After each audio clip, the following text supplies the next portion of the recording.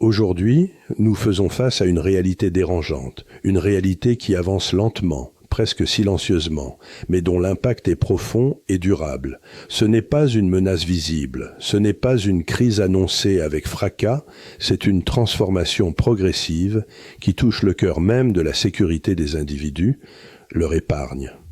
Ce que des millions de personnes ont construit avec patience, discipline et sacrifice se trouve exposé à des décisions prises loin d'elles, dans des cercles où la voix du citoyen ordinaire ne pèse presque rien.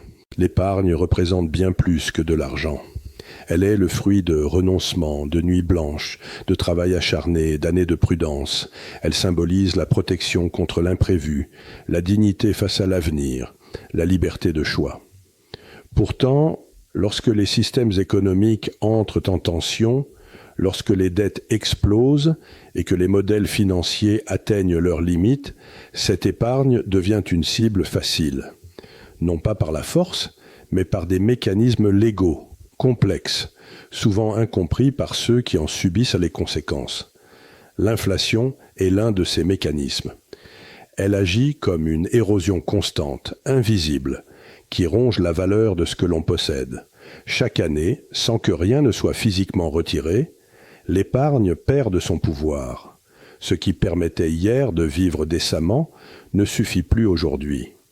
Et pendant que les chiffres officiels minimisent cette réalité, le quotidien, lui, devient de plus en plus lourd à porter. Les taux d'intérêt, autrefois refuge pour les épargnants, ne remplissent plus leur rôle. Ils sont maintenus artificiellement bas, parfois même négatifs, transformant la prudence en punition. Celui qui économise est pénalisé, tandis que l'endettement est encouragé. Le message est clair, conserver son argent devient un risque, non plus une sécurité. Cette inversion des valeurs économiques bouleverse les repères et fragilise les fondations mêmes de la confiance. À cela s'ajoutent les changements réglementaires, présentés comme nécessaires, techniques, inévitables. Derrière des mots rassurants se cachent souvent des restrictions nouvelles, des contrôles accrus, une liberté financière réduite. Les comptes ne sont plus totalement sous le contrôle de ceux qui les possèdent. En cas de crise majeure, l'idée que l'épargne puisse être utilisée pour sauver un système défaillant n'est plus une hypothèse théorique, mais une possibilité réelle. Ce qui rend cette situation encore plus inquiétante ces années, c'est la manière dont elle est présentée. On parle de solidarité, de responsabilité collective, de stabilité. Pourtant, ce sont toujours les mêmes qui paient le prix. Ceux qui ont suivi les règles, travaillé honnêtement, fait preuve de prévoyance. Leur récompense devient une charge pour un système incapable de se réformer en profondeur. La peur n'est pas nécessairement le bon conseiller, mais l'aveuglement est encore plus dangereux. Comprendre ces mécanismes, prendre conscience de ce qui est en jeu, devient essentiel. Non pour céder à la panique, mais pour retrouver une forme de lucidité. L'histoire montre que lorsque les décisions économiques s'éloignent trop longtemps des réalités humaines, ce sont les individus qui en subissent les conséquences les plus lourdes. Nous entrons dans une époque où la notion même de propriété financière est redéfinie. Ce qui semblait acquis ne l'est plus. Ce qui paraissait intouchable devient négociable.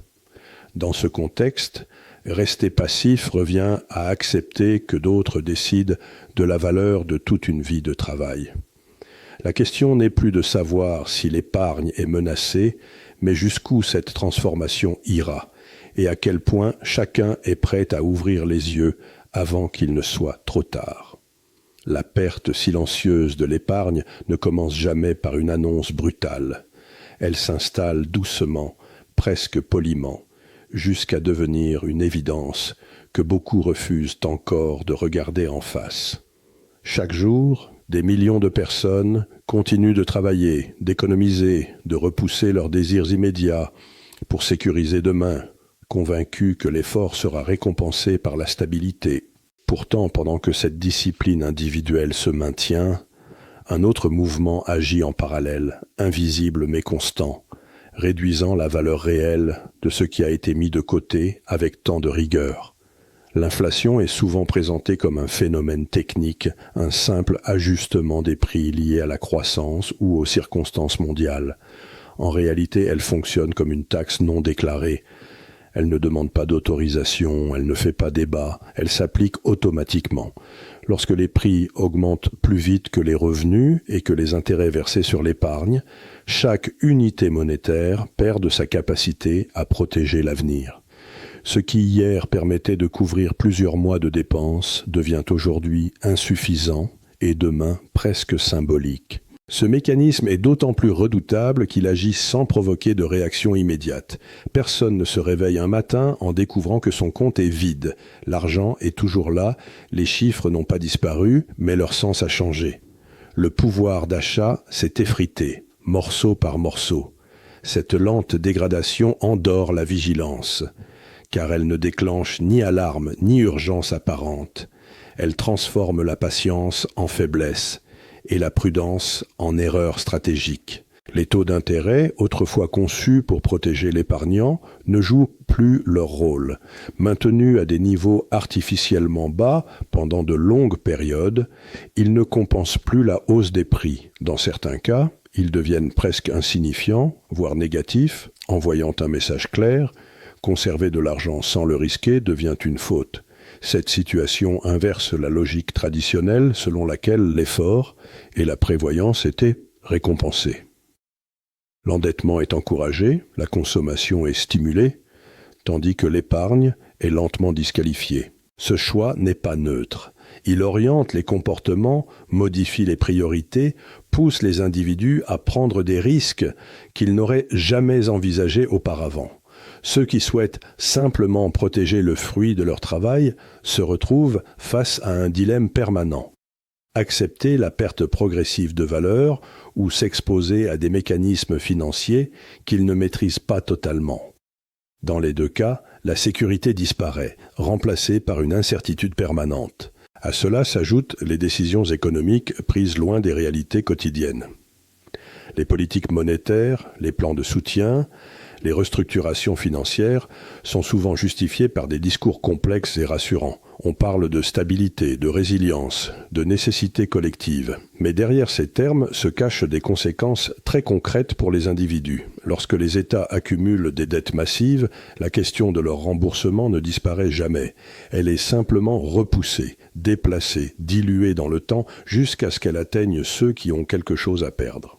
Les changements réglementaires renforcent cette dynamique. Sous couvert de sécurité ou de modernisation, de nouvelles règles encadrent l'accès à l'argent, sa circulation, son utilisation. Les comptes deviennent plus surveillés, les mouvements plus contrôlés, les options plus limitées. L'épargne n'est plus uniquement un bien personnel, elle devient une variable intégrée à un système global, susceptible d'être mobilisée en cas de déséquilibre majeur. Ce glissement transforme la relation entre l'individu et son argent, remettant en question l'idée même de contrôle personnel. Ce qui rend cette situation particulièrement troublante, c'est le sentiment d'impuissance qu'elle génère. Les choix qui affectent la valeur de l'épargne sont souvent présentés comme inévitables, dictés par des forces extérieures ou des contraintes internationales. L'individu est invité à s'adapter, à comprendre, à accepter. Mais l'adaptation permanente épuise et l'acceptation forcée finit par fragiliser la confiance dans l'ensemble du système. L'histoire économique montre que ces mécanismes ne sont pas nouveaux. À chaque époque de tension financière, l'épargne privée devient un enjeu central. Ce qui change, c'est la sophistication des outils utilisés. Là où autrefois la perte était brutale et visible, elle est aujourd'hui progressive et masquée. Les chiffres officiels peuvent rester rassurants pendant que la réalité vécue se détériore. Les statistiques parlent de moyennes, mais les individus vivent des écarts. Dans ce contexte, la perte silencieuse de l'épargne ne se limite pas à une question financière.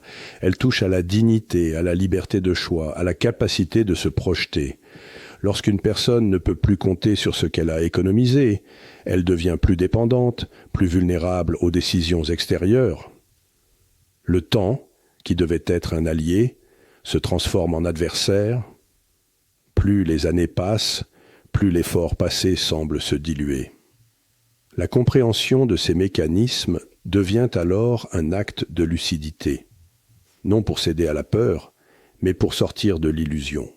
Reconnaître que l'épargne peut perdre de la valeur sans être directement saisie permet de regarder autrement les promesses de stabilité. Cela invite à questionner les modèles, à observer les tendances, à ne plus confondre chiffres nominaux et réalité économique. La sécurité financière ne se résume plus à accumuler, mais à comprendre le cadre dans lequel cette accumulation évolue. Le silence autour de cette perte est ce qui la rend la plus dangereuse. Tant qu'elle n'est pas nommée, elle continue son travail de fond. Elle modifie les comportements sur le long terme, elle réduit les marges de manœuvre, elle installe une forme de résignation. Et pendant que beaucoup se concentrent sur des menaces visibles et spectaculaires, cette transformation discrète poursuit son chemin, redéfinissant lentement mais sûrement la relation entre le travail, l'épargne et l'avenir. La fragilisation du contrôle individuel sur l'argent ne se manifeste pas par une confiscation brutale, mais par une série d'ajustements progressifs qui transforment en profondeur la relation entre une personne et ce qu'elle possède. Autrefois, détenir de l'argent signifiait disposer d'une autonomie claire, d'un pouvoir de décision simple et direct. Aujourd'hui, cette évidence s'estompe. L'argent circule dans des systèmes de plus en plus complexes, encadrés par des règles mouvantes, dépendant d'infrastructures numériques et de décisions centralisées qui échappent largement à l'individu. La première étape de cette fragilisation passe par la normalisation du contrôle. Sous prétexte de sécurité, de lutte contre la fraude ou de transparence, les mécanismes de surveillance financière se multiplient. Chaque transaction laisse une trace, chaque mouvement peut être analysé, chaque comportement évalué. Ce qui est présenté comme une protection collective devient progressivement une limitation silencieuse de la liberté individuelle. L'argent n'est plus seulement un moyen d'échange, il devient une donnée, un signal, un élément mesurable et interprétable par des systèmes automatisés. Dans ce contexte, le simple fait d'accéder à son propre argent peut être conditionné. Des plafonds apparaissent, des vérifications se renforcent, des délais s'allongent. Ces contraintes, souvent justifiées par des impératifs techniques, modifient profondément le sentiment de propriété. Posséder de l'argent ne garantit plus la capacité immédiate de l'utiliser librement. L'individu se retrouve dépendant d'intermédiaires, de plateformes, de validation externe, qui peuvent ralentir, bloquer ou limiter ses choix. Les crises économiques accentuent cette dynamique. Lorsqu'un système est menacé, la priorité devient sa survie, non la protection individuelle. Les règles peuvent alors changer rapidement. Ce qui était autorisé hier devient restreint aujourd'hui. Ce qui semblait garanti devient conditionnel.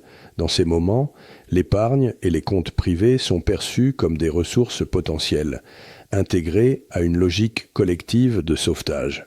La frontière entre bien personnel et intérêt général devient floue, ouvrant la porte à des décisions exceptionnelles qui finissent parfois par s'installer durablement. La complexité réglementaire joue également un rôle clé. Les lois financières se multiplient, se superposent, se contredisent parfois. Pour le citoyen ordinaire, il devient presque impossible de comprendre pleinement les règles qui encadrent son argent. Cette opacité crée une asymétrie de pouvoir. Ceux qui maîtrisent le système peuvent l'anticiper et s'y adapter, tandis que les autres le subissent. Le contrôle individuel s'affaiblit non par manque de volonté, mais par manque de lisibilité. La numérisation accélérée renforce encore cette dépendance. L'argent physique recule, remplacé par des chiffres sur des écrans. Cette évolution apporte confort et rapidité, mais elle introduit aussi une fragilité nouvelle. L'accès à l'argent dépend désormais d'infrastructures techniques, de réseaux, de systèmes informatiques. Une panne, une décision administrative ou un changement de politique peut suffire à interrompre cet accès. L'autonomie financière devient conditionnelle à des facteurs externes que l'individu ne contrôle pas. Dans ce nouvel environnement, la notion même de responsabilité est redéfinie. L'individu est invité à être responsable, à gérer correctement son argent, à anticiper les risques. Mais dans le même temps, ses marges de manœuvre se réduisent. Il doit se conformer à des règles strictes, accepter des conditions imposées, naviguer dans un cadre de plus en plus contraignant. Cette contradiction génère une tension permanente entre l'injonction à l'autonomie et la réalité de la dépendance. La confiance, élément central de tout système financier, s'en trouve affectée. Lorsque les règles changent fréquemment, lorsque les garanties semblent fragiles, lorsque le contrôle s'éloigne de l'individu, la confiance se fissure. Or, sans confiance, l'argent perd une partie de sa fonction sociale. Il ne représente plus seulement une valeur économique, mais devient un symbole d'incertitude. Cette perception influence les comportements, encourage la méfiance et alimente un sentiment de vulnérabilité. Cette fragilisation du contrôle individuel ne touche pas seulement les grandes fortunes ou les acteurs économiques majeurs. Elle concerne surtout ceux qui disposent de peu de marge. Pour eux, chaque restriction, chaque délai, chaque perte de flexibilité a des conséquences concrètes. Une facture retardée, un projet repoussé, une opportunité manquée. Le contrôle limité sur l'argent se traduit par un contrôle limité sur la vie quotidienne. Le discours officiel tend à minimiser ces effets en mettant en avant la stabilité globale et les bénéfices à long terme. Pourtant, pour l'individu, le long terme est souvent abstrait, tandis que les contraintes sont immédiates. La promesse d'un équilibre futur ne compense pas la sensation présente de perte de maîtrise. Cette dissonance nourrit un malaise profond, difficile à exprimer mais largement partagé. À mesure que les mécanismes financiers se centralisent, la distance entre la décision et ses conséquences s'accroît. Ceux qui décident ne ressentent pas directement l'impact de leurs choix sur la vie quotidienne. Ceux qui subissent n'ont que peu de moyens d'influence. Cette dissociation affaiblit le lien social et renforce l'idée que l'argent n'est plus un outil au service de l'individu, mais un instrument intégré à une logique qui le dépasse. La fragilisation du contrôle individuel sur l'argent est donc un processus global, lent et structurant. Elle redéfinit les notions de propriété, de liberté et de responsabilité. Elle transforme la sécurité financière en concept conditionnel, dépendant de facteurs externes et de décisions centralisées. Comprendre cette transformation ne signifie pas la rejeter automatiquement, mais reconnaître qu'elle modifie en profondeur l'équilibre entre l'individu et le système, et que cette modification a un coût invisible mais réel pour ceux qui cherchent simplement à protéger le fruit de leur travail.